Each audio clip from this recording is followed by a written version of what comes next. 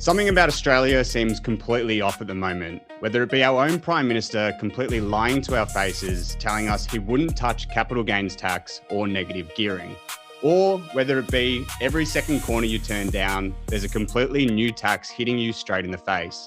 Income tax, capital gains tax, land tax, GST, the list goes on. Well, a good friend of mine, a mentor, and someone very well known in the Australian space recognized this from a mile away and said, enough is enough. He's here with me today. His name is Adam Hudson. Adam, thank you so much for joining me. Will, it is always a pleasure to see you, buddy. Thank you for having me back on the show to talk to your fans. I appreciate it. It's something that's, very prominent for me right now. I know when I was, 19, 20 years old, traveling around Europe, I came home and said to my family, Australia is still the place for me, even seeing such amazing cultures and such an amazing world. But even for me right now, that's really changing. And you're someone who recognized that 2-3 years ago for good. So talk me through a little bit about why that was. What was it about Australia that was smelling a bit off? Well, mate, I think only blind Freddie would be saying that Australia is going in the right direction at the moment. And I want to preface this discussion by saying that I find it really sad that young entrepreneurs like you, I've got a few years on you, mate. It's frightening when I see a guy like you and how much you're doing at your age. But when I see a guy like you or the young guys out there coming up, wanting to have talks about leaving Australia, which is so sad because it is a peak country, in so many ways. So I don't get any joy out of talking about what I'm going to talk about with you today. But my story basically, look, I'm 52 years old and I've been in business for 30 years when I retired at age 50. So I spent 30 years working for myself, and I'd been around enough cycles and enough political elections, and I've interviewed, former prime ministers and all this. I know how politics works reasonably well in Australia. And I basically got to a point where I could see that the country was heading into a very bad period. And I could see that, like all governments, when they start to really have their chickens come home to roost, the place where they get their money is from the middle class. It's not from the rich. The rich never are going to, the rich pay still a majority of the taxes, but as a percentage basis, it's still small.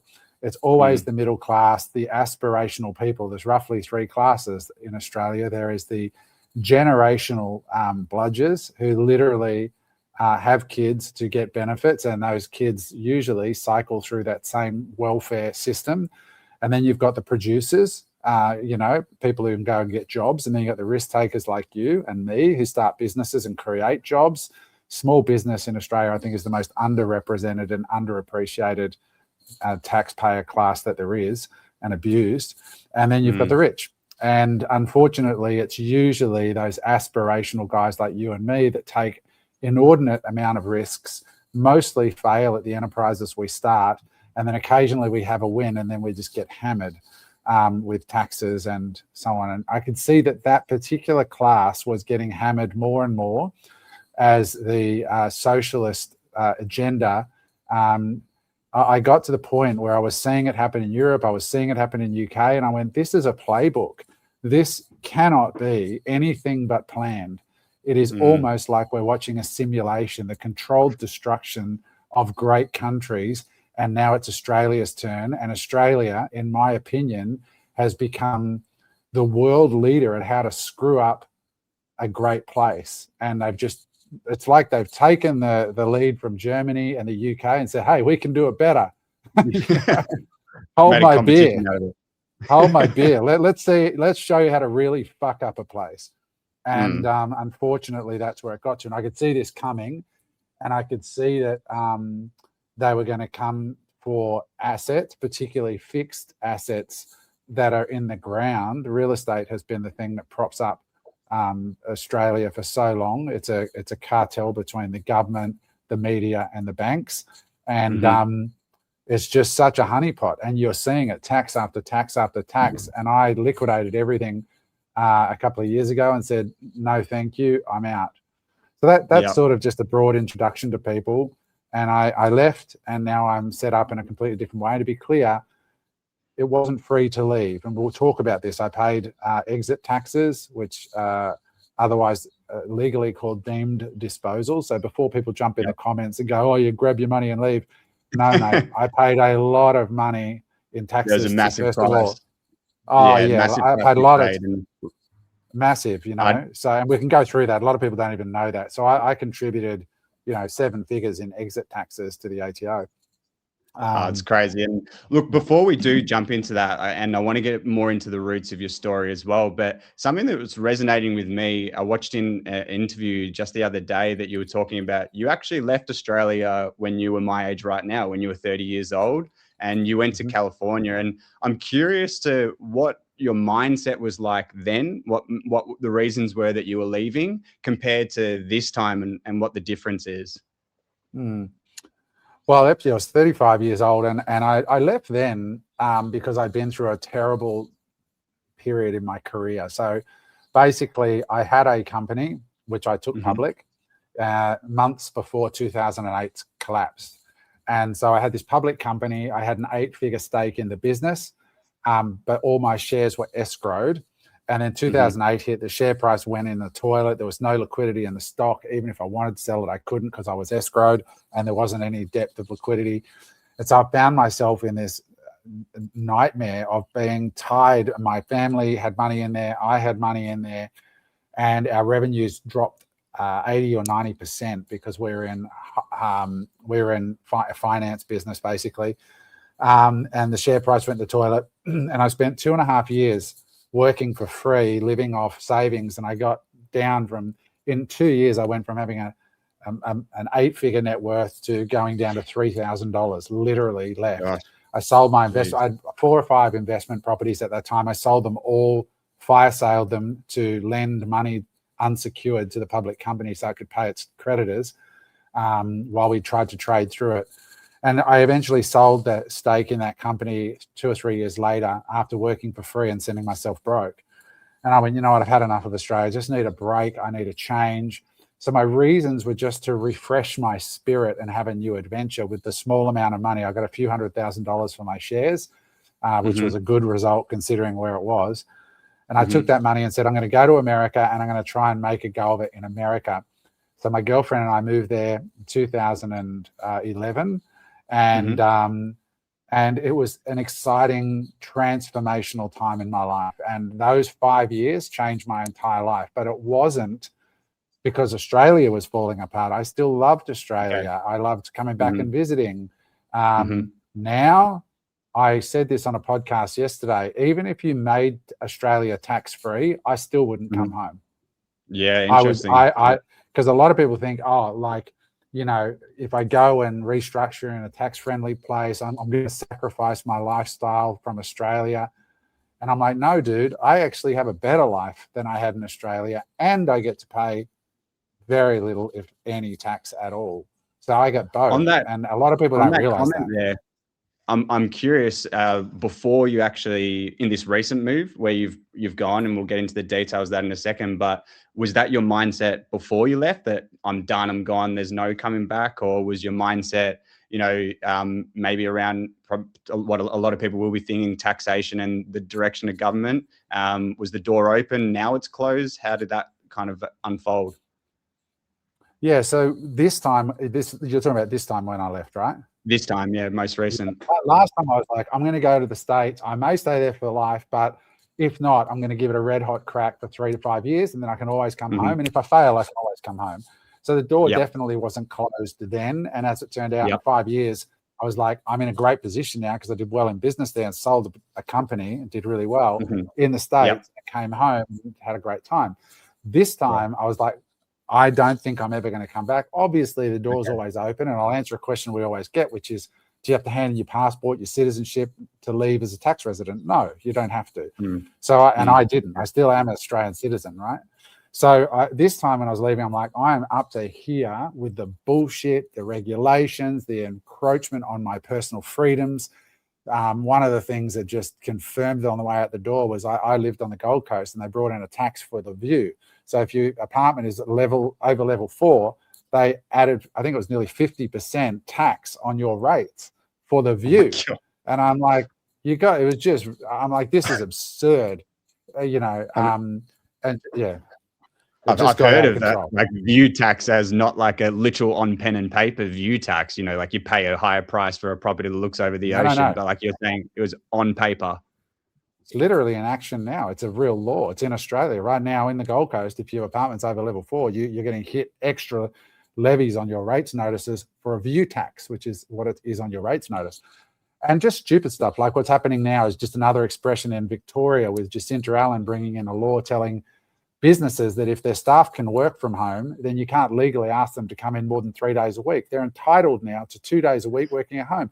So for a young entrepreneur like our mutual friend Bish, who's trying to build a culture and trying to give young Australians jobs in his beautiful offices there in Melbourne, Jacinta Allen's running his business, telling him where his employees can run from. So it's this socialist bullshit agenda. And when Australia crossed the Rubicon was when it was revealed that 51% or 52% of Australian voters now rely on the government for a subsidy, a flat out handout, or work for the government. 52%, I think, is the number in the Australian Financial Review. More than half of the voting populace rely on the government for their primary source of income. So that means we are officially a socialist state. And, socialism has never ended well. And so I could see that the guys like you who are actually out there taking risks and working your ass off are the ones that are going to carry the country unfairly, in my opinion. And so rather than complain about it, I left because I think that, eventually if more people do leave, then they might get the message. And I had no faith left in the left or the right political party. In fact, I don't have any faith left in democracy. And I know that sounds full on, but I now believe that democracy is an illusion that the powers that be give the working class so that they're distracted, so that they feel like they have a say. But someone said the other day, if they were worried that elections would change anything, they'd make them illegal. And I tend to agree with you. When has politicians really ever changed things, right? I now believe, and I know I sound like a tinfoil hatter, but I believe that there is a bigger agenda at play, that there is a playbook that's being rolled out. And when people get into power, they're told this is how it is. And if you don't play by these rules, you won't be in power one way or another. For sure. And look, for my audience, I've publicly said a few times, but in this interview, it's probably going to be more prominent than ever. This is something that is on the cards for me. So I'm literally in that state where I didn't think I would be before, but being lied to my face, by the government, on promises they said they weren't going to do. And I can see the writing on the wall. Probably saw it years and years ago, but I'm a big family, friends guy like most people are. And that's the hardest thing about moving is, saying bye to everything and, all those relationships you have. So before we get into, the relationship side of things that you've had after leaving, Adam, do talk to me about that process that you're talking about. Like you say, it wasn't a cheap decision. You had to pay a lot of taxes. You had to sell a lot of property, I assume. Talk me through some of those steps that you followed and what was actually required of you to become a non-tax paying resident of Australia. Yeah. So there's going to be all kinds of listeners. And the good news is for most people, statistically, it's not going to be expensive to leave. And it's accessible to most people because they don't have a huge asset base. Most people might have, a few shares, maybe one property or something. So what I'm about to tell you, don't let it scare you. You don't have to be rich to leave. In fact, it's easier to leave if you're not. So I did the math, and it took me about a year or 18 months leading up to the time where I went, I'm going. This is it. I'm making the decision. And I was doing math, and I'm like, should I sell some of my property? So I had a commercial real estate portfolio. I owned a bunch of freestanding commercial buildings, which were like big warehouses that had 3 to 5 tenants in each of them. And they generated reasonably good income, hundreds of thousands of dollars a year. And I owned them all freehold, right? And I owned my home freehold. And then I had stocks and Bitcoin and other things. So when you look at that portfolio, you do the math, you go, okay, as a non-resident, if I keep my property in Australia, how am I taxed as a non-resident owner of Australian real estate? And it's punitive. It is worse than when you're in Australia. They go, all right, this guy's not in Australia. that income is going to be taxed really heavily. For example, my own home, if I rented my own home out as a non-resident, man, half of it's gone. Like it, you know, Yep. and I just went, you know. So when I did the math on actually holding the assets, and we're talking millions of dollars, you know, collectively, you know, multi-8 figures, and you work out the net return from a cash point of view, you're like, it is abysmal, right? You know, like by the time you take the tax out as a non-resident, plus I've got all these physical buildings that are on the other side of the world from me now. Do I really want to be waking up in the morning with, you know, phone calls that, yeah, Daryl, the panel beater, is having a hard month. You know, fuck all that. So I just went, what happens if I liquidate it all? And that's where you go, all right, well, if you sell it all, you're going to pay hundreds of thousands of dollars in commission to the agents, but all the marketing fees, and then you have to pay capital gains tax. Thank God I did it before these changes, because I got the 50% CGT concession. However, in this law, there is provision for them to backdate it retrospectively for people like me who are expats and go, yeah, he paid all his due taxes, but, you know, I've changed the law since then, and now here's another bill because we're removing the 50% CGT. That's how fucking insane this new, and this goes back and back and back until 1984. Like, can you imagine? Like, that is just absolute. That tells you who like you're dealing with. a tax, like an accounting disaster on the industry itself, but for individuals like yourself or anyone who relied on some sort of promised word or some sort of playbook to, you know, establish your wealth, to be told that, it's just honestly insane. And yeah, again, like one of those things, the writing's on the wall. Crooked people, mate. Like if you were in business with somebody and then they said, look, we're going to give you another 20% shares. And then he said, yeah, that's great. Now I want you to backdate all the dividends so far and give me my 20% retrospectively. And if you don't like it, I'm going to come around with a gun and I'm going to arrest you. I'm going to put you in jail. That's actually literally what they're doing. And the only reason you comply is because if you don't, they come with a gun and they take you down to the courthouse and then they put you in jail and they take your liberty. That's why you comply, right? It's mafia shit, right? So anyway, so I did the math and I was like, all right, well, I sold all my buildings and I paid capital gains tax on all those transactions, right? So that's that, you know, that's the first thing. And then I sell my house, and I sold my house while I was still there in my last financial year. And it didn't settle. It actually settles in 4 days time. Sorry, 8 days time. So I had a $7 million home that I owned, and I sold that. But I accepted a 1 year settlement because I had to sell it. The contract date had to be, you know, it was longer than a year, but I had to sell it in the year that my last tax year. And then all the other assets I had to do deemed disposal. So which means I had to identify, this is what I paid for the Bitcoin. This is what it's worth when I left. That capital gain is assessable now, and I pay the tax now with the CGT rules as they were at that time. So on all the other assets, I paid unrealized capital gains tax. But what it means is from now on, I'm a non-resident. It's none of the ATO's business, but I had to pay them on the way out the door. And so the Australian tax base benefited very nicely from me leaving because I realized all those taxes and paid them. And so I'm not talking about tax evasion or doing anything. I am a believer that if you want to be in the club of Australia, that, you know, these countries are all clubs. And there's people who run the club, there's benefits of being in the club, and there's a cost of being in the club. And then you look at the other members in the club and you make a decision. Now, if you make the decision to be in Australia, use the roads, use the hospitals, use your Medicare, all those things, and pay the damn bill. Don't be one of those people who doesn't pay your bill and complain. Like, either don't complain or leave, right? Like, but if you're going to stay, pay your bills, and don't be one of those people that seeks to stay and then dodge taxes. I didn't do that. I paid every cent that was owed. So anybody wants to ravage me in the comments, that they can just fuck off now. No, it's really well put. And like, for people listening in at that kind of curious stage, it's setting the tone of like what you need to really think about. There's obviously tests that the government have on you to make sure you have left properly. And before we get into, I do want to talk about that window of, you know, is this getting harder and compared to other countries, what may happen. But just before we do get into that, did you seek professional advice? Were you self-taught? Were you educated? Were you using mentors? What kind of was your process to actually exit and help you do things the right way? First of all, my network. So I asked people who'd left, and the term deemed disposal kept coming up.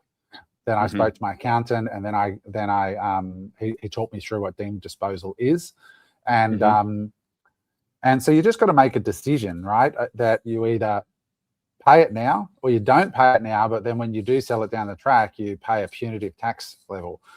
So for me, so this is a good point, Will. Like, I would not go down the deemed disposal path if you're not sure, because if you go on emotion, I'm going to leave Australia, right? And I'm pissed off with this, and you've never lived overseas before, and you don't know what it's like.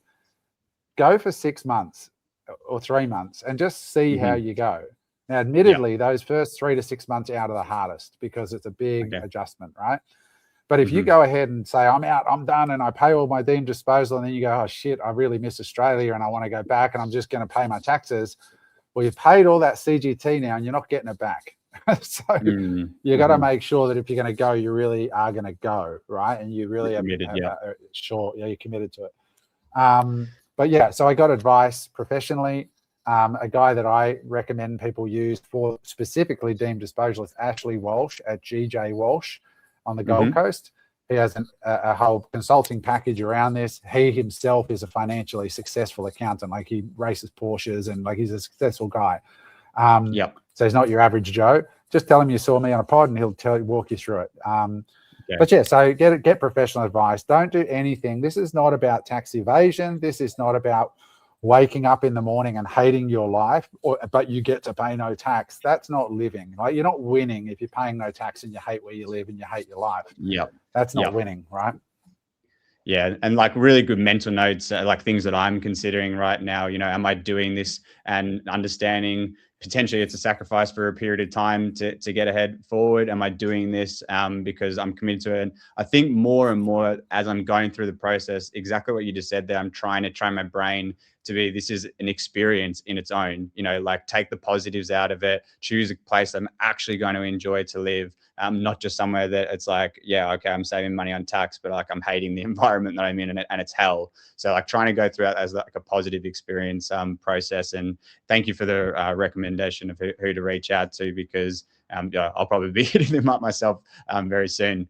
But I want to talk about this window, and I'm curious if you know, what I'm about to talk through is something that was on your mind, because I've heard you in other podcasts talk about Australia compared to, say, the US, where to leave the US, you actually have to renounce your citizenship and hand in your passport. Whereas in Australia, that's not quite the case for now, which is why I'm going to call it a window.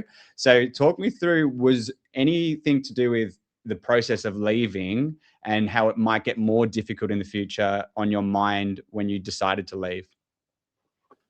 Yeah, definitely. So the US, fortunately, as I understand it, is the only country in the world that taxes you irrespective of where you are in the world, if you're part of another tax system, whatever. So US citizens, in order to exit the tax system, they can leave the country as a US citizen and live wherever they want. But if they don't want to do a US tax return ever in their life, they have to hand in their passport. They are forever in the US tax net, no matter where they live. If they move to Australia and do a tax return, they've still got to file a US tax return and do an offset tax, you know, between what they paid in Australia and what would be due in America, and they're going to pay top-up tax irrespective. Thankfully, no other country in the world does that. That's like the extreme. If Australia did that, I would hand my passport back, right? And it does speak to the reason that I think it's wise to at least get a couple of other residencies in place, whether or not they're citizenships, because if the government mandated tomorrow, if the government announced tomorrow, hey, there's a new virus and we're locking the country down in 4 weeks, you know, you've got 4 weeks to get out of the country. Now, if you don't want to be locked in again, and what if they then announce compulsory vaxxers? Right? Which I would not put past them this time. They were all but compulsory last time. You would lose your job. You would lose your freedom to travel. So it's pretty much compulsory for most people.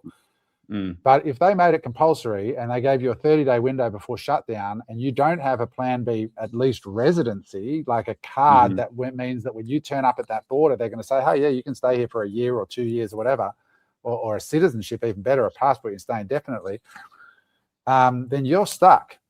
And that's why a lot of Aussies, I talked to Andrew Henderson, who's a friend and the owner of Nomad Capitalist. He's the busiest he's ever been. He's saying, go where you're treated best is famous. He's the biggest Plan B company in the world. And he said the number one inquiry right now around the world of 193 countries. Our number one inquiry is coming from Australia. 25 million people are making more inquiries about Plan B than anywhere else. Tony from the Bitcoin Way, who does only Panama relocations, number one country in the world for inquiry, Australia. And these people are starting to realize, Australians starting to realize, I need to get a Plan B residency in case this shit happens again. And I think that's reasonable. But specifically around what you were talking about is the noose closing. I don't think Australia anytime soon will do what the US does, but I think they're definitely going to change the rules. As in right now, you can come home for up to 183 days, technically. Now, you wouldn't want to press your luck. I wouldn't go for 180 days or, you know. So they have this they have what they call a bright line test, which means that here's how we test if you've really left, right? How much time are you spending in Australia is number one. Do you have a home, or what other infrastructure assets do you have in Australia? You know, where's your center of life? In my case, I own nothing in Australia, right? Other than I've got a caravan park with a friend. It's quite a big asset, a couple of hundred tenants on that property. But that's the only thing I own with a friend. But he runs it. He's the majority shareholder. I'm the minority shareholder. I was basically the investor that got the deal done. So other than that, I don't come to Australia. I'm in Australia maybe 1 week a year and under duress at that. But if you're somebody who's going to go, I'm going to keep my home, I'm going to leave my kids there and my family, and I'm just going to go and live in Dubai or Bali and come back 180 days of the year, it's going to be a tough test. But those rules, those bright line test definitions, I think are going to get tighter. And there's already quite a lot out on the internet about the the government ruling soon that they're going to reduce it to 8 weeks, which is that you can only come home to Australia for 60 days a year. And if you stay longer than 60 days a year, they're going to deem you an Australian tax resident that still has to do a tax return. There's also talk of them making, which is actually already in place in many countries around the world, that if you leave, they still tax you for 3 years after you leave, as if that you're still there. And so, that was the big one for me, because I've done a bit of Go ahead, sorry. Yeah, I was just going to say that's a huge issue, right? Like, how bad would that be, having to leave the country, paying tax in the new jurisdiction and Australia, right? And you're not even there. You're not even driving on the roads using the systems, and they still want your tax for the next 3 years. And that's been brought in a number of places. Germany is one that it's really difficult to leave the tax system in Germany. It's so punitively expensive to do it. There are ways around it, but Australia, I think absolutely, especially if Labor stays in, is going to make it harder and harder and harder for people to leave. And again, this is why having Bitcoin is important, self-custody. So they can't hold a gun to your head because you've got economic power that's outside of the rails they control. But yeah, if you're thinking about it, I think sooner rather than later is probably the way to do it. Yeah, for sure. And like, that's why I kind of, wanted to frame it as that window. As I say, I'm definitely in this process myself, doing research. And from my understanding, exactly what you just described actually they tried to bring that in 2021. From the research that I was doing, it was called the Modernizing Individual Tax Residency Framework. And the big red flag for me is what you said there. Thank God it hasn't actually gone through into law yet. I think with the change of government, they have done other things like freaking take away negative gearing and put in capital gains new laws and stuff like that. But nevertheless, they had tried to bring that in. And the massive one was the 45 days, I think it was, not the 184. And again, you wouldn't want to push it. But the fact that I'm pretty sure what they were saying is you would actually have to leave for 3 years before you benefit from being a non-tax resident. Like, you have to be gone for 3 years still paying the tax. And that is like absolutely insane to me. So it's almost worse than the US situation. So yeah, that window in my mind, that's what's kind of making me go, shit, I should think about this. The other thing, Will, I want to bring to the attention of your listeners and my listeners is that people who listen to your show and my show, we live in an echo chamber of positive, business-minded, entrepreneurial people. Do not delude yourself into thinking that Albo is going to be voted out at the next election. Like, as unpopular as this budget has been, I've never seen a reaction to a budget like this in my lifetime, right? It's almost across the board, and you're seeing it with One Nation and everything, right? Rise of One Nation. Liberal parties just shit the bed. They're not even in the picture. And it's easy to think, as in our circles, Labor's definitely gone at this next election.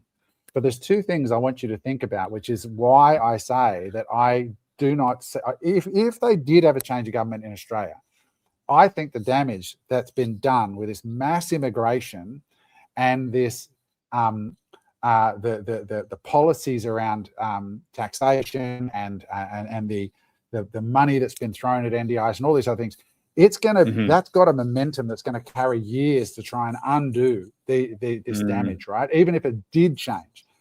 But the two things that I think the people on the right, or the conservatives are just people in the middle. Now they're called far right because they've gone so far left, right, that you're now extreme if you're in the middle. But the two things you need to think about is, number one, they brought in, literally millions of immigrants in just like since COVID, right? Under Labor, right? So that's number one. So they've got all of these it's not a secret. They've already polled them. Most of these people are going to vote Labor, right? But secondly, you've got that statistic of 52% of the voting populace. It relies on the government for handouts.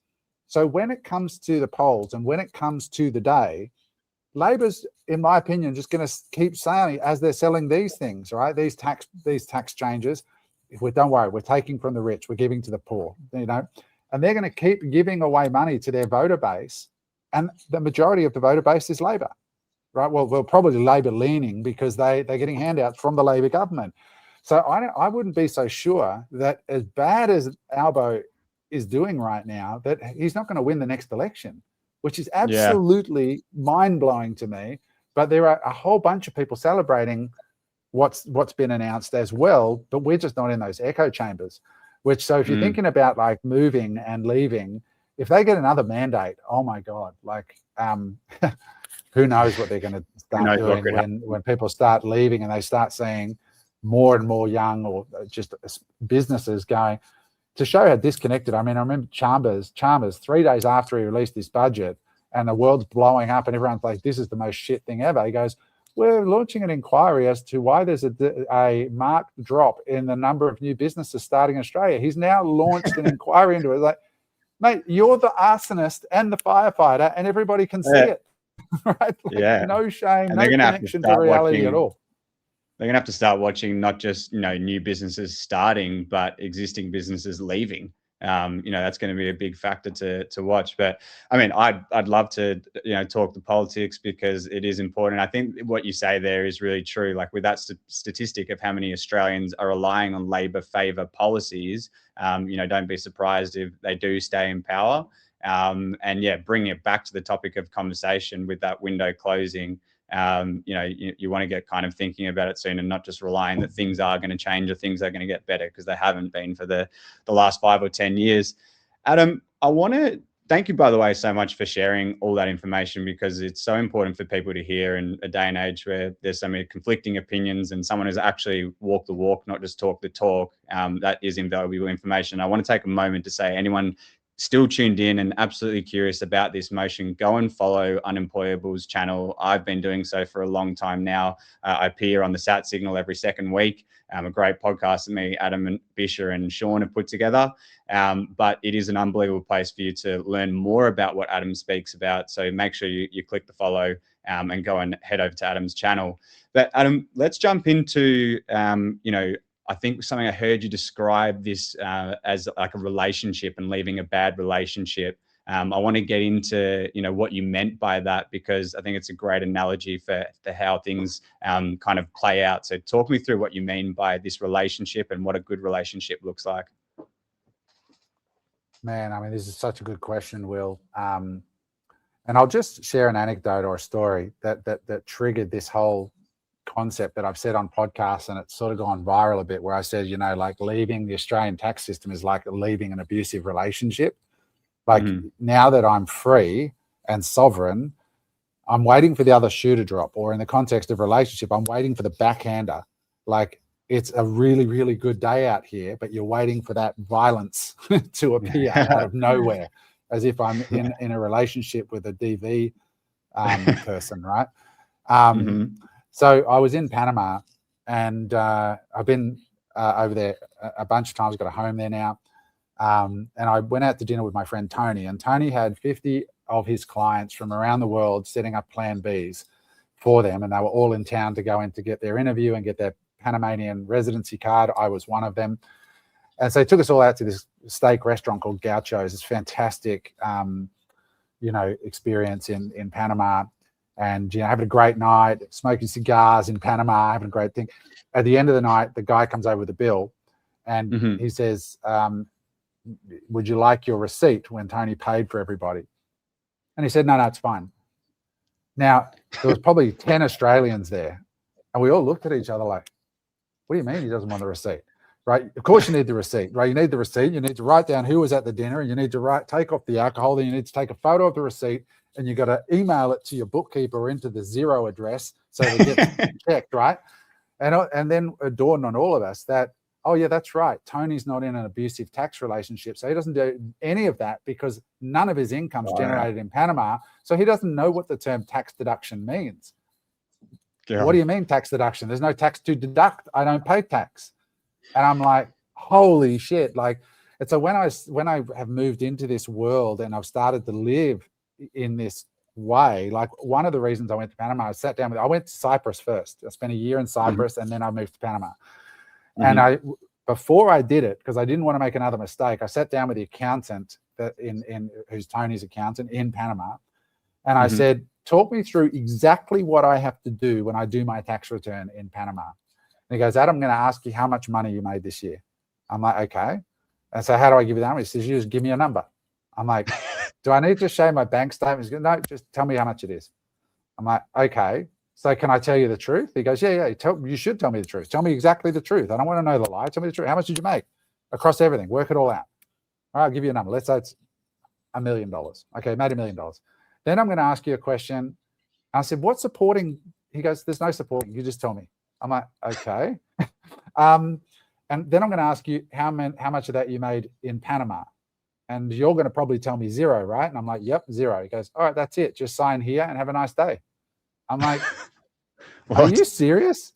And he's going, yes. He said, if you break the law in Panama and you lie to the Panama government, you did generate, well, fuck around and find out. But if you didn't make any money in Panama, they don't care.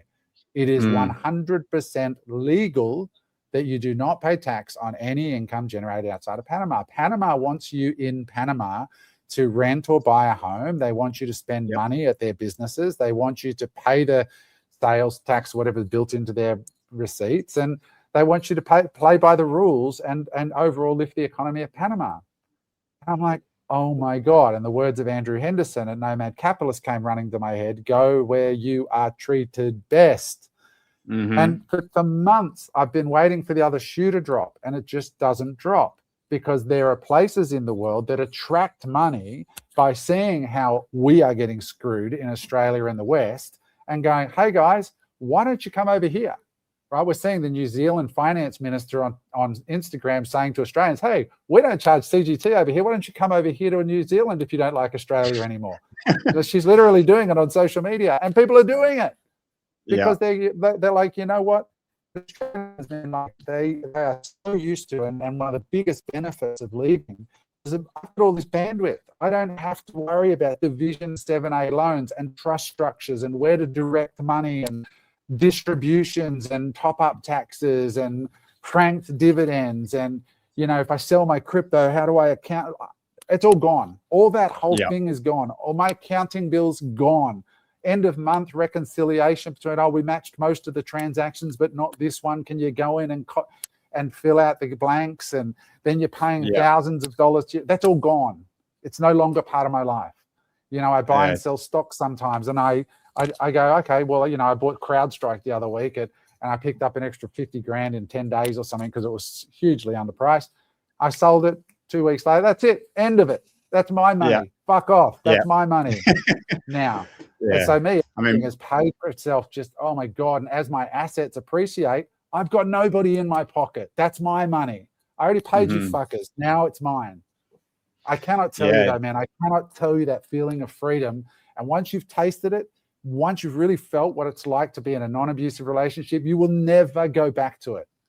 Yeah. I mean, like I spoke about before, like I'm in that early discovery phase of what it looks like for me. Is the door still open? Would I still come home? And I think at the back of my mind, I know that, once I see the grass is greener on the other side, it would be even difficult to even think about coming home. So it's important to hear that. But I think something that also is really important, that's a great, what we'll call financial or in that tax bracket reason. But another thing that you're a big advocate for people thinking about this is also about your personal life and what you're going to get out of things. So talk to me a little bit about what does your nervous system feel like now, being out of Australia and in this broader world? Yeah, great question. Great question. So people often ask me, like, what's the number one thing that you should consider if you're considering moving somewhere else? And people look at YouTube videos.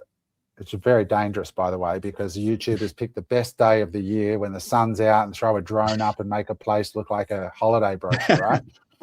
That's not real life. Real life is when you go out in the morning, you have a cup of coffee, and what options there is for you to do things.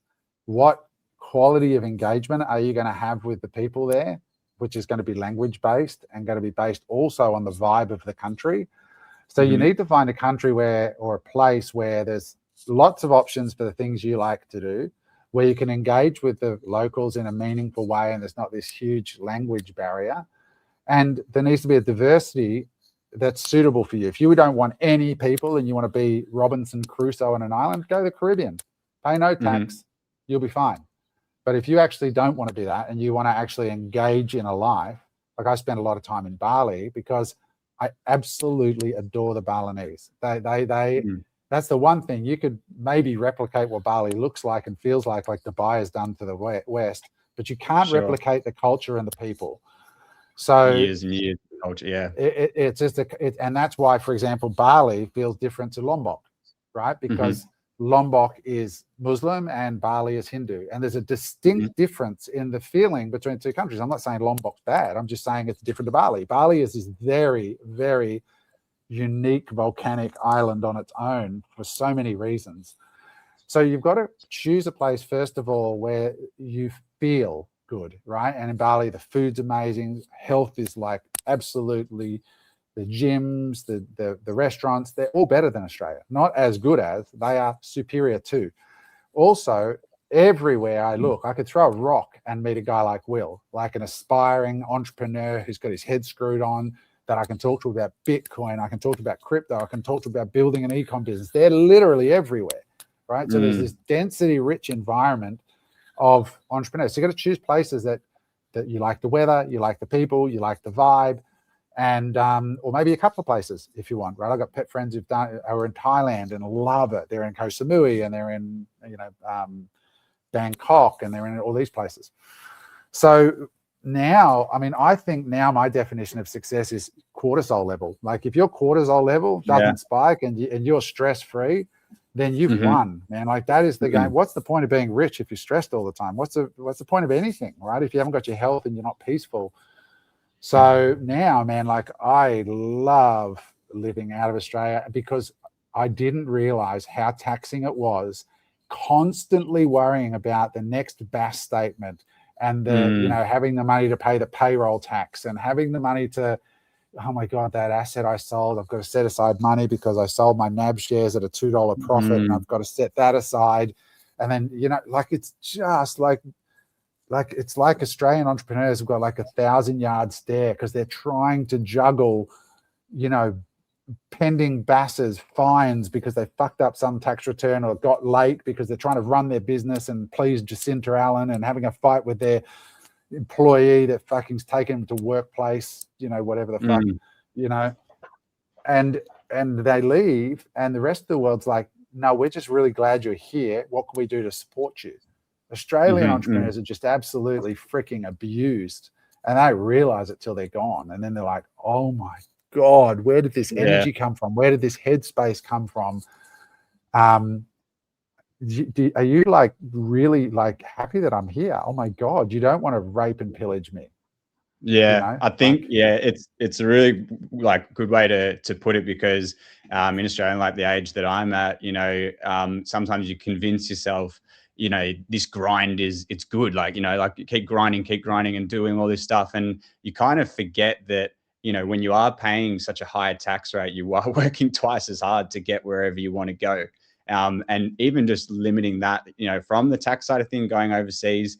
But that is probably what, ultimately gets you into that other side with the cortisol levels low and just appreciating life a bit more, that you don't have that burden on you and you can kind of take things at a different pace and, enjoy life and see things a little bit differently. So, it is like, I put it to you, Will, like what would it be like in your business if the cost of your employees dropped by 30%, you had no fear of being taken to Fair Work Australia for just an employee that just didn't work out, which every Australian small business owner knows that there's a whole protocol, and you have to pay somebody like EmploySure to manage the hiring and firing to the letter of the T, which costs you money to hire them and money to just run your business. Like what would the difference be to your business if your staff all of a sudden were 30% less expensive? Your staff actually appreciated the jobs that you gave them and were afraid of you firing them because and then you have 30% more money at the end of the year because you're not paying corporate tax. And so you've got this 30% that you can invest back into your business, into growth, right? What difference would that make to your business over 10 years? It's enormous. It's enormous.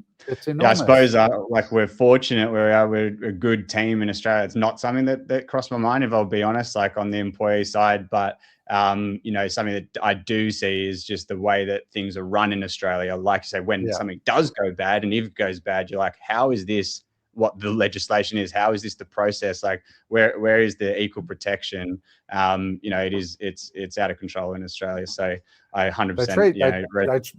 They treat small businesses like you and I in the same way they think of Google and Facebook, and that's the problem. Yeah, spot on. And the average punter who might be listening to this going, oh, you got to have like protections from that, or you're working, at Facebook. But when you're working for a small business guy or a small businesswoman, it's got to be different because these people are not big corporations. Like they're the hardest working people in the country. And and also, as I said, how much of a difference would it make to you if at the end, like this change with the CGT, you sell your business now, half goes to the government. Whereas if you build it offshore, none goes to the government. You double the outcome by just leaving. So Australians are not going to stop building businesses. They're just going to stop building businesses in Australia.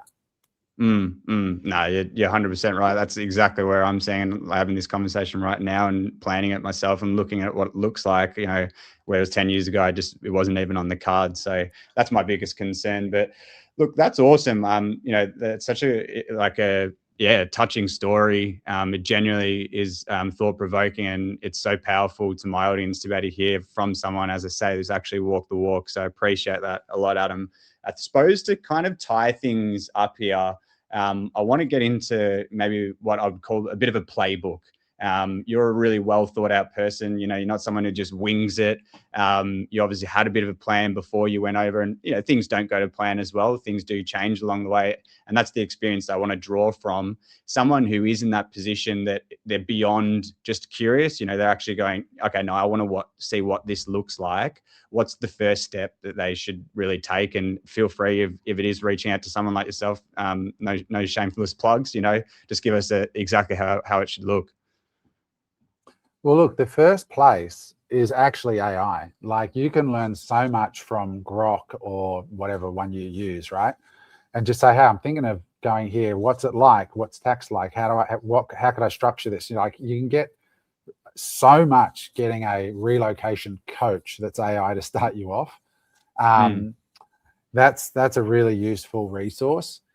But I think I would encourage people to just do the thought experiment to start with of what I kind of said here. Like, it doesn't have to be forever, but if I was in your shoes, a 30-year-old entrepreneur that's got 20 years ahead of him before you might turn 50 and go, I'm going to hang up my boots and just invest now, right? Which is what I've done.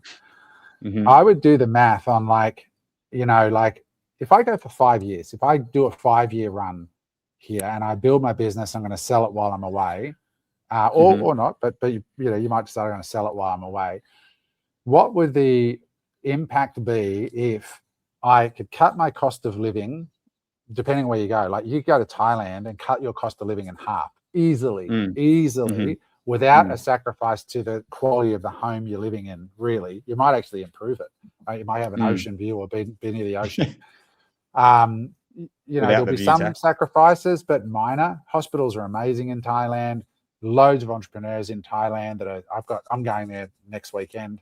I'm going on Monday for 2 weeks, and I'm meeting, like, I've got this sick house on the beach, and the guys I've got coming around, I mean, I'm talking guys that have 800 employees, right? Yeah, right. Aussies that live in Thailand, right? I've got a chef coming and doing all this stuff, and they all live on Koh Samui.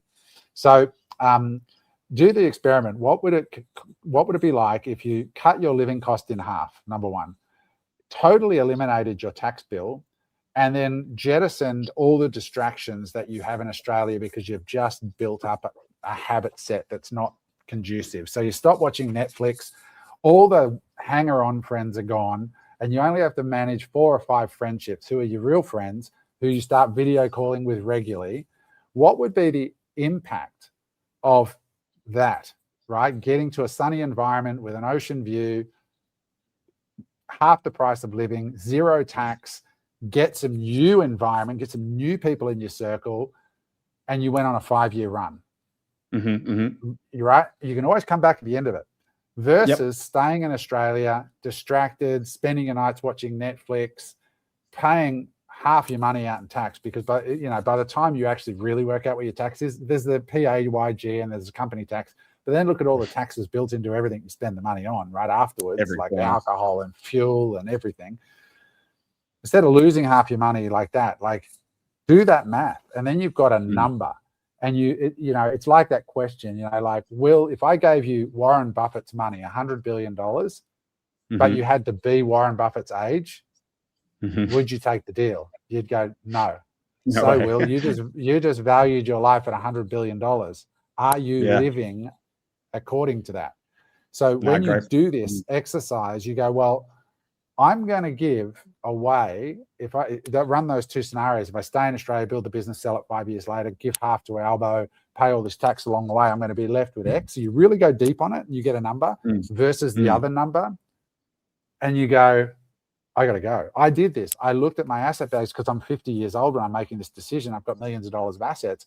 I just put a compound annual growth rate on those assets over the next 20 years and looked at what I was going to pay on that. Versus if I leave and pay my tax now, and it was like, I'm leaving tomorrow. Because I'm going to give millions and millions of dollars away if I stay. So the big thing, you really need to get deep thinking on it. Pen to paper, get a vision of what it looks like, go and test it. Go overseas for 3 months, see how that actually impacts your life and how you feel over there. And then once you're really serious about it, I think from following you, Adam, and what I've seen, I think you explained it perfectly. Your original plan was what you classified as a plan A. You talk about a plan B, and then what you're actually doing is a plan C. Can you talk me through what those 3 plans? Yeah. And I'll jump into it. One thing I would say to people, if you're going to do this, what Will just said, the number one tip I can give you, if you're going to go for 3 6-month trial, before you go, start reaching out to entrepreneurs in those countries and saying, hey, listen, I'm thinking of moving to Thailand where you are. And I'm just wondering, if I come out there, could I buy you a copy? I'd just love to hear your thoughts on your relocation, how you found it. And I'll tell you this about expats. They will almost always say yes to that, because they're not in Australia anymore. They need to meet people. They want to share their experience. The difference it makes when you meet people who live there versus floating around, not knowing anybody, not knowing where anything else, it is the deciding factor. If you meet 3 entrepreneurs living in Koh Samui, that's all you need. Now you're on, right? Like, you're into it. And so make sure you do that. So you get a real impression, you connect with real people from Australia or the UK or America. And that I almost can guarantee you that they will meet with you, and you just meet with them and they'll tell you their experience. And then you've got your little posse and you'll make friends like that. And you'll be gone with confidence. Now, plan A, B, C. So plan A is basically where you go, you know what? I know I'm going to pick a place. I'm going to hand in my resignation to the ATO. I'm going to pay all my exit taxes and I'm gone, right? That's plan A. That's what I did initially. So I said, I'm going to Cyprus. I'm going to commit to 1 year, which is what I did. I got a place in Cyprus. I bought a car in Cyprus. I sold everything in Australia except the caravan park. I'm out. I become a Cyprus resident, Cyprus taxpayer, all that. Mm-hmm. Plan B is where you stay in Australia and you go, I'm not sure yet, but what I do want is I want to get a card in my wallet that gives me the right to turn up at Thailand's border, Bali's border, Panama's border. I want to get a visa that gives me residency so I can stay for at least a year. And I've got 3 residencies now. I've got a residency in Cyprus, I have a residency in Thailand, I have a residency in Bali. So I could turn up at any, and Panama. I can turn up at any of these 4 countries and scan my passport, and I'm in the books as somebody who can stay for at least 1 year, and I can roll it over. Without leaving the country, I can roll it over for another year. There's the visa I'm in on Bali. It's called an E33 visa. And I can come and go in and out of Bali as much as I want for 12 months. I just can't work in Bali, as in I can't collab with businesses here. I can't make money in Bali. I'm, for all intents and purposes, a nomad worker. I work here. I don't pay tax or anything here. I'm a nomad visa. And I can stay here for a full year, and I can just roll it over from inside the country for up to 5 years. So I've got a 5-year run here if I want to, without having to leave, but I come and go heaps. So a plan B is just get a residency somewhere or a visa, a long-term visa, so that if the ATO or if the government says, guys, this new virus is out and we're locking everything down in 30 days, you don't have to scramble to try and get a visa to go somewhere else long-term. You can just get a Jetstar flight to Thailand and turn up at the border and you're good. You turn up and you become a Thai resident. So that's plan B. Plan C is where I am now. Plan C is called Center of Life. And so Center of Life means you occupy several places, right? Now, the important thing here is that you definitely are not predominantly or even very much in Australia if you're coming from Australia. I have nothing in Australia. I'm not even there, right? So the Australian government's going to look at me and say, the dude paid all his exit taxes. He's not here anymore. So he's good, right? He's out. So then the question is, well, where else do you set foot in the world, like that might have an interest in you? And so then it becomes a question of, well, if any of these places that you go asks, if you spend over 183 days in any of those countries, pretty much in most cases, unless you've got a holiday visa, which is what I've got, you trigger tax residency, right? And so, but what if you don't? What if you spend 3 months in the south of France, 5 months in Bali, whatever? The question for any inquiring party becomes, what is your center of life? And in my case, I have a home permanently in Panama. I bank in Panama. My company is in Panama. I file taxes in Panama. My brokerage accounts are all attached to my Panama banking and ID. I onboarded into those accounts with my Panamanian residency card, my Panamanian utility bill from my home. So all of my financial life, my home is in Panama. And so I don't have a bank account in Bali. I don't do any business in Bali. I don't have a company in Bali. So, for example, they go, well, okay, we can see that you have a home in Panama. You're paying taxes there. That's your center of life. And so you've got to have a place that is your center of life that you are a tax-paying resident of. It just so happens that as a Panamanian, tax-paying is fairly loose. And that's the things that you got to weigh up when doing that deep research of which country it is you want to go to, not just tax, but also the lifestyle and whatnot. There's options out there. People speak about Dubai, Panama, Singapore. And a practical point, Will. A practical point is people go, well, what does it cost in Panama? Well, I've got, and I want people to understand, this isn't rich guy stuff. So my home in Panama is a brand new apartment, never been lived in by anybody else, fully furnished with brand new furniture, overlooking the equivalent of Central Park. So it's called San Francisco, the area. It's got point blank panoramic views over the park, and behind the park is the ocean. I rent it for $1,000 a month. So it cost me 15 grand a year for all my utility bills and my apartment, my electricity, my phone, and my apartment. $15,000 a year for my residency in Panama. So people can put that together in their own mind and go, would it be worth having a $15,000 infrastructure to demonstrate your center of life if it meant that by demonstrating that your tax residency is there? And Panama only needs you to be there 1 day every 2 years to maintain your residency. Think about that. That was a big reason that you didn't like Cyprus, right? Because in Cyprus, they say you only have to be there 60 days a year to be a tax resident. But two things. Number one, you can't be anywhere else in the world more than 183 days. Got it. That's fair enough. But you can't be out of Cyprus more than 90 days. So every 3 months you have to be in Cyprus, whereas Panama's once every 2 years. Cyprus every 90 days. Now, for me to get to Cyprus from pretty much anywhere is going to cost me 12 grand, right? Just for flights. And then you've got, the bullshit of hotels or whatever else you got. The only exception to that is if you buy a property in Cyprus and spend 300,000 euro, which is, I didn't want to do that straight away. So for many reasons, I like Panama. It's Bitcoin friendly. The bank I have has a checking, savings, and Bitcoin wallet at the bank, which is awesome. Wild. And Panama has no reserve bank, no central bank, no military. So they don't have, that. They use the US dollar. And the Panama Canal is basically protected by the US because the US built it. And it's so central to trade. If anyone fucks with a canal, the US is going to come down on it like a ton of bricks. So effectively, they're under US protection as well. And that's the most profitable infrastructure project in the world. One of the reasons they can, afford to have foreigners there.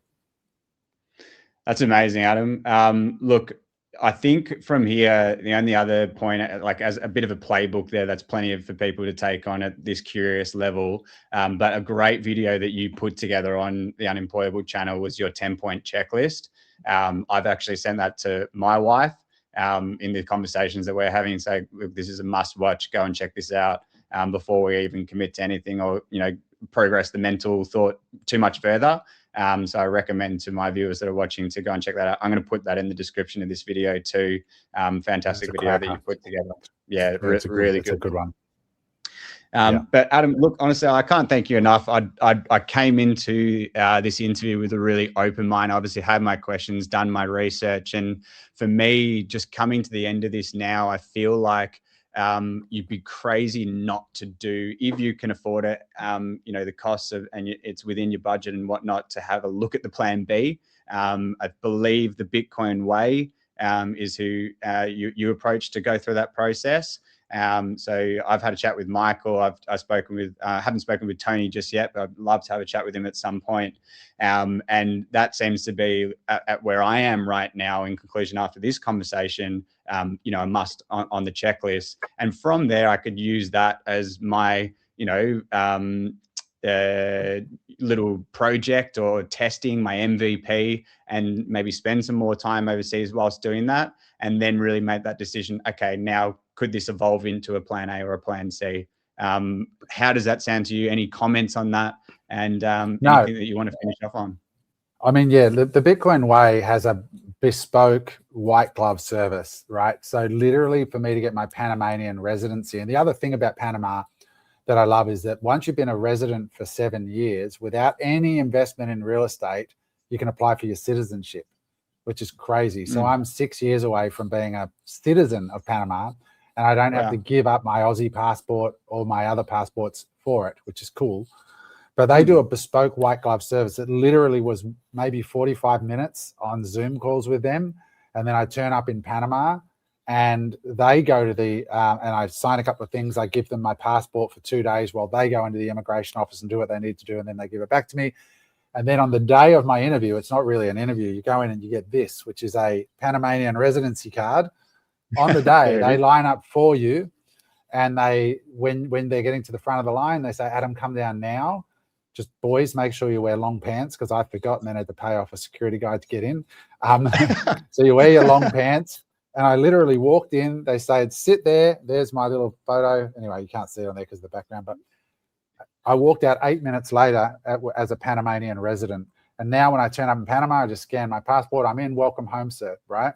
And that was how bespoke it was. And they charge a fee for their service.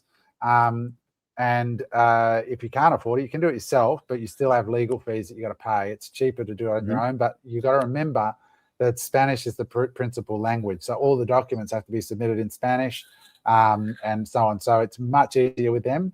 And with the bank account, they literally sit with you on a Zoom call like this. And the bank that they open you with, you can't go into the branch to open. It's only done online. So they sit with you and they share screen and you go through the process, and literally within 10 minutes, the bank account is open, and they do it while you're in Panama. And then you choose the location to go pick up your card, and then you get your this is my Visa card attached to my Panama bank account. And I've got a Bitcoin account there, and I'm in business. And it's amazing when you do that, and you can open up all your other stuff from there. So you can open up your share trading account, your Panama credentials. So you are not registered anywhere as an Australian anymore. You open as a Panamanian, which means you're outside of that net. So it's a great feeling. Yeah, and obviously in the business that I'm in, I'm an educator. I'm a massive advocate for going to professionals and doing things that once and doing it right. And I think everything you just said there, from my point of view, if I go ahead, and what I would recommend to people is go and speak to people like the Bitcoin way.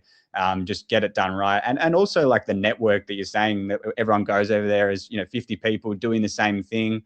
You kind of tick that box of being able to connect with entrepreneurs and people who are doing the same journey as you. Just invaluable, I think. So definitely, I'm inspired. Adam, I can't thank you enough for your time. As I say, a mentor of mine, someone I've been spending more and trying to soak your brain as much as I can over the past year or two. Thank you so much for everything you shared with the audience today. And any final word from yourself, or you're coming a lot, so thank you. Anybody can follow me on Instagram as well, Adam Hudson Official. But love watching what you're doing, Will, and I wish you all the best. And for any audience members, feel free to reach out if you've got a question. Happy to help. Amazing. Thank you so much. And congratulations as well. It's inspiring. Cheers, mate. See you, legend.